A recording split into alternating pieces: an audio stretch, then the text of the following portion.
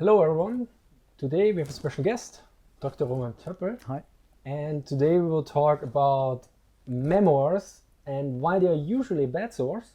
And we'll also look a bit what is different with diaries. So my first experience with memoirs was, of course, Guderian's Erinnerung eines Soldaten, which in English has a more marketable title, Panzer. Yeah. And well, that burned me on memoirs. But what is your professional experience with dealing with memoirs as a source?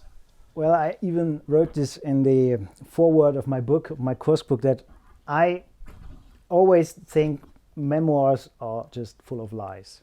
And I only use a memoir if I can check with records, with original war diaries and other sources. But it's always, I'm very skeptical about memoirs, and they are written to put the person who writes this in the best light, and they are, in my opinion, most of them are very unreliable.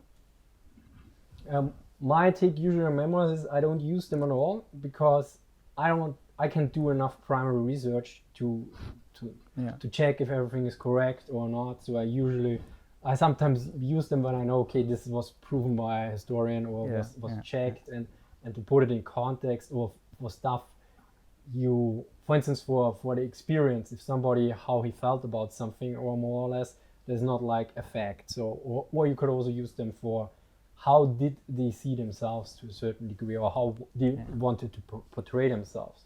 Yeah, and it's very interesting to compare the original writings in their war diaries or other sources or their letters from the wartime and what they later wrote in their memoirs. It's sometimes it's completely the opposite, but it's kind of fun for me, or it's kind of cute to when you see oh my God, look here what he said after the war and how he suffered from memory loss. It's kind of, but I would never use it as original source for facts, to get facts. No.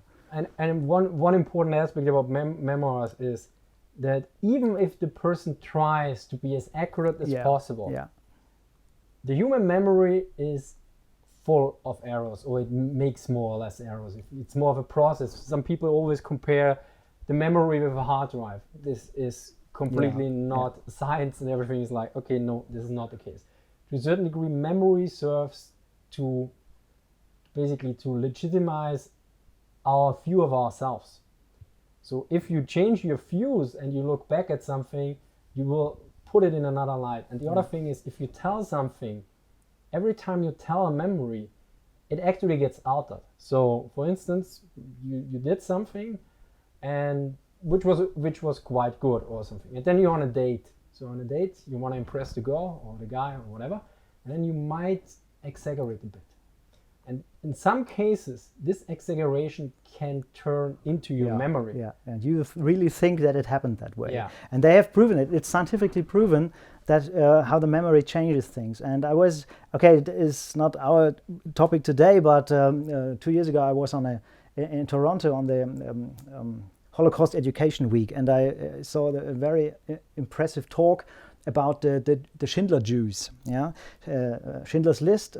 Spielberg made this movie, and he made something up to make it more dramatic. And then they had interviews from before the film existed, and they interviewed the same persons after they had seen the film. And so they added to their memories things that they had seen in the film that they knew, the guys who did this interview, they knew, no, these are addings from Spielberg because he wanted to make it a little more dramatic. But these people in the end really believed that they had experienced it themselves. And this is always with every human being. It's always the case. If I write something today, if I write a little note about our interview in the moment, it will be something different from when I write it down tomorrow, because it will already have changed. So this is one major problem, like also with veterans, that they merge memories with what they saw in wartime or something. And in some cases, one professor of mine mentioned this one, that people tell you about something and they believe they were there, and you can prove that they were not there. Yeah. So this mixture happens, and there's no bad intent there or no way to manipulate people. And then if you add manipulation or public relations or however you want to call it, propaganda, and it gets even more complicated. Yeah. So now here's the question. You mentioned in your book, I think in the foreword, that you also use Manstein's diaries. Yeah, the original war diary. So some people now will argue, well, memoirs, it's also written by some guy. What is the difference for a historical point of view to using diaries versus memoirs? Yeah, okay. Let's take this as an example because I'm working on this. This is a bit my next project. I will work on this a little further, but I will bring it out as an edition and a commented edition, the original Manstein war diary. And you see, sometimes it's very short notices. Apparently he wrote this for himself because he thought, I have to remember this later. Probably he thought about, after the war, writing his memoirs. But you see, in his memoirs, he leaves some things out, and some things he alters, and some things it's just, you see in his original war diary he wrote something completely different. Yeah, but it's after the war. It's not so. What is the word? Not so good to come up with some things that could shed a bad light. Yeah, and.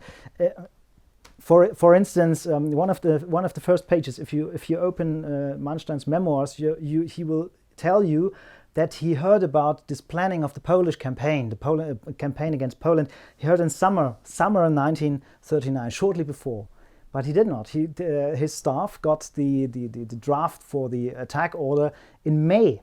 But why does he write this? He wrote his memoirs in the end of the 40s, around 1950, and there were all these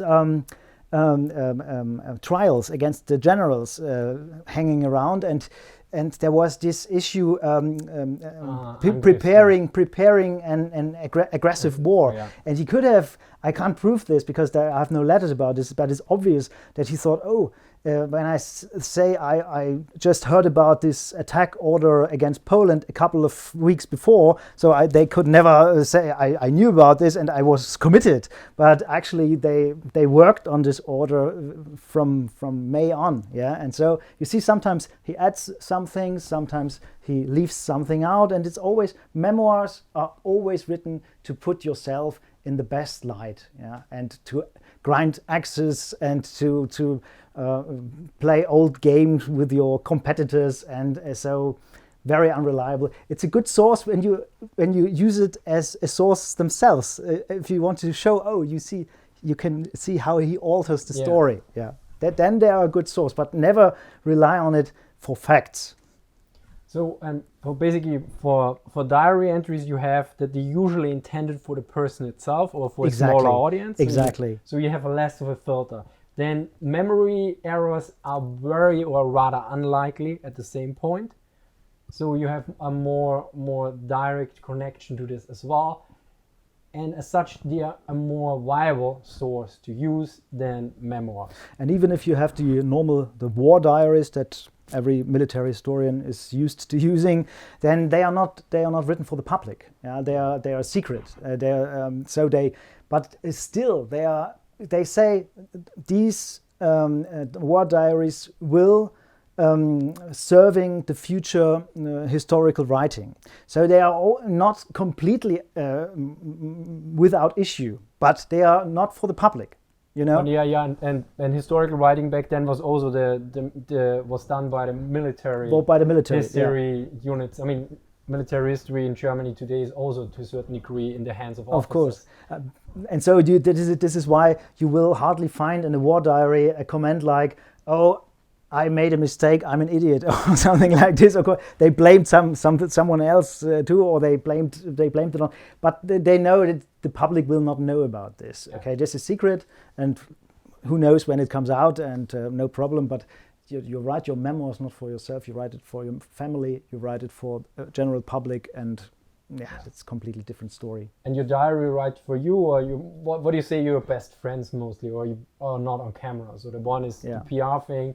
And the other is more like, support for you, or to get everything in the right order and keep it in mind. Yeah. And after the war, I mean, Hitler was the bad guy for everyone. And imagine many of the generals were in favor of Hitler. They said he's a genius, he's great during the wartime. They admired them. But look, if Manstein had written in 1950, oh, Hitler was a genius, I admired him, they would say, oh, he's a Nazi, what is this guy? And so, of course, they write in the context of the society and what the society wants to hear, and he wants to see, to show, oh, I'm still important for this society, even if it has changed, but I'm still important for the society. You can work with me. I'm done with Hitler. And I was always not in favor of Hitler, but it's normal. It's normal. So I have a question here, because sometimes there's this, like, did some of the generals see Hitler like this more or less this faithful person? Like, because like there's like the Wunder of the House Brandenburg, when in the 7-Year War, I think, when one Russian leader died and they were basically on the brink of destruction, Prussia, and then this luck here, and so like this fateful decisions, did they see them to a certain degree as this like more or less the savior of Germany? Yeah, some did, and it's interesting that even generals who are known for their role in being anti-Hitler, even the Seydlitz, the famous co-founder of the Bund Deutsche Offiziere, the pro-Soviet league against Hitler, he was against Hitler only after he was captured by the Russians. When you read his letters before, he writes, oh, Hitler, it's so great that we are living in this time that we can see how he develops and these great ideas, and we will rule this world and blah, blah, blah. And afterwards he said, oh, I served a criminal, and this was all. Nah, look, come on, yeah? You see, this is your original writing, so give us a break here.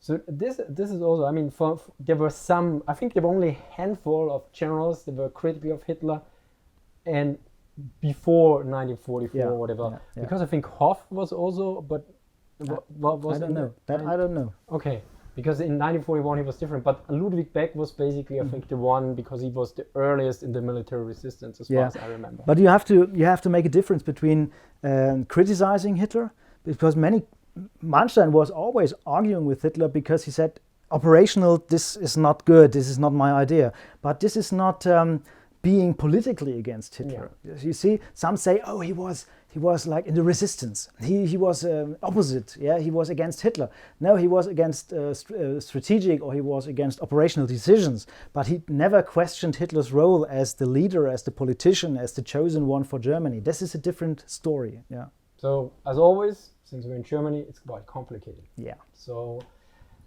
if you read something or heard something that's like the simple, okay, they were all in the resistance or they were all Nazis, it's usually an oversimplification that's way too short. Yeah.